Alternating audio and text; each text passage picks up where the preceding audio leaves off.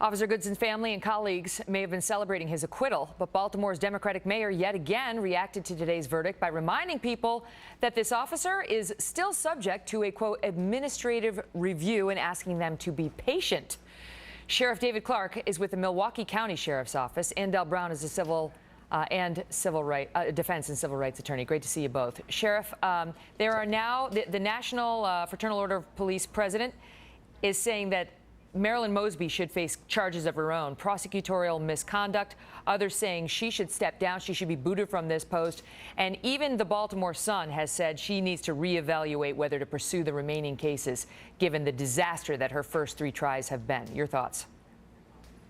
Justice has prevailed in the city of Baltimore. I knew that from the beginning. I have faith in our criminal justice system here in the United States. It's the best one in the world. Look, Marilyn Mosby was on a political witch hunt when she charged these Baltimore officers, Baltimore's finest. She, engaged in, I think, and that's for the Maryland Bar Association to consider, but I think they should investigate her for the suspension of her law license. I think the state attorney general should move in now to make this thing right and go to court, take this case over, go to court and ask for the charges on the remaining one, including the one who had a hung jury, that they be dismissed. Megan, I'll tell you what, my heart bleeds for the good people of Baltimore who have to continue to relive this after each one of these cases. Marilyn Mosby set them up for a false hope. Due process was given. Freddie Gray got justice. What you're entitled to in the United States of America is due process. You are not entitled to an outcome.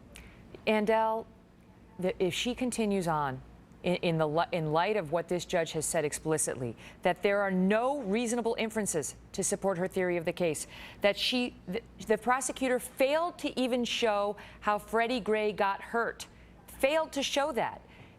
She really may be subjecting herself to some sort of malicious prosecution charge or ethical charges. Am I wrong?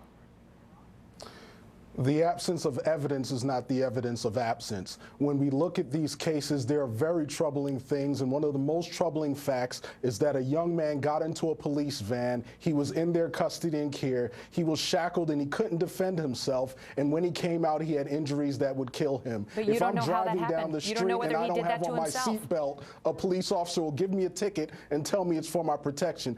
You can't tell me that you don't know when you're putting someone who can't defend themselves, that has their hands and feet shackled, that it can cause a dangerous situation. That demands justice. That demands a process. And I agree with Sheriff Clarke that none of us can determine what the outcome should be. There was a fair process, and the process is spoken. We have the best criminal justice system in the world. But you can't tell me that you believe there was ever any proof to support a second-degree murder charge, Andell.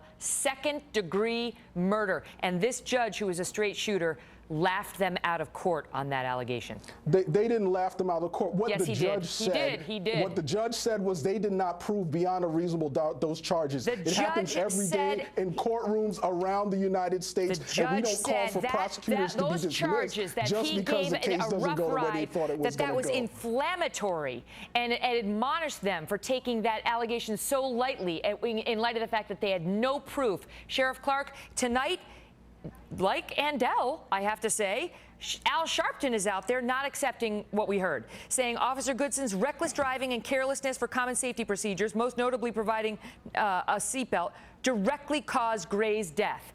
Guess what, Al?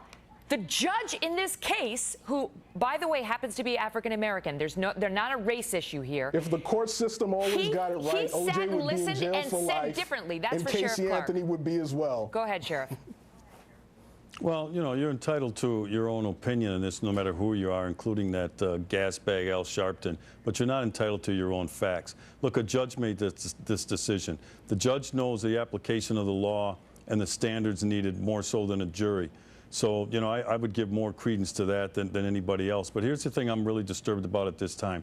I'm worried about the mental state of these officers right now. They should not have had to go through this. And when I hear the mayor, Rawlings-Blake, and I hear the prosecutor say, stand by, there's an administrative review that they're going to have to undergo. you know what, they're not out for justice, they're out for revenge. And that's what sickens me about this whole thing. But like I said, it isn't about me, it's about the good people of Baltimore who need to put this ugly chapter behind them. And Marilyn Mosby ought to have the intestinal fortitude and the courage to go in before a judge tomorrow and say, I want to remove these charges that I put forward, and let the city of Baltimore move forward, please. Judge Williams didn't see it. The jury that tried the first case didn't see it. And, you know, more and more objective legal analysts and even pundits are saying, come on now, come on. You guys, thank you both so much for being here. And Del, Sheriff, thank you.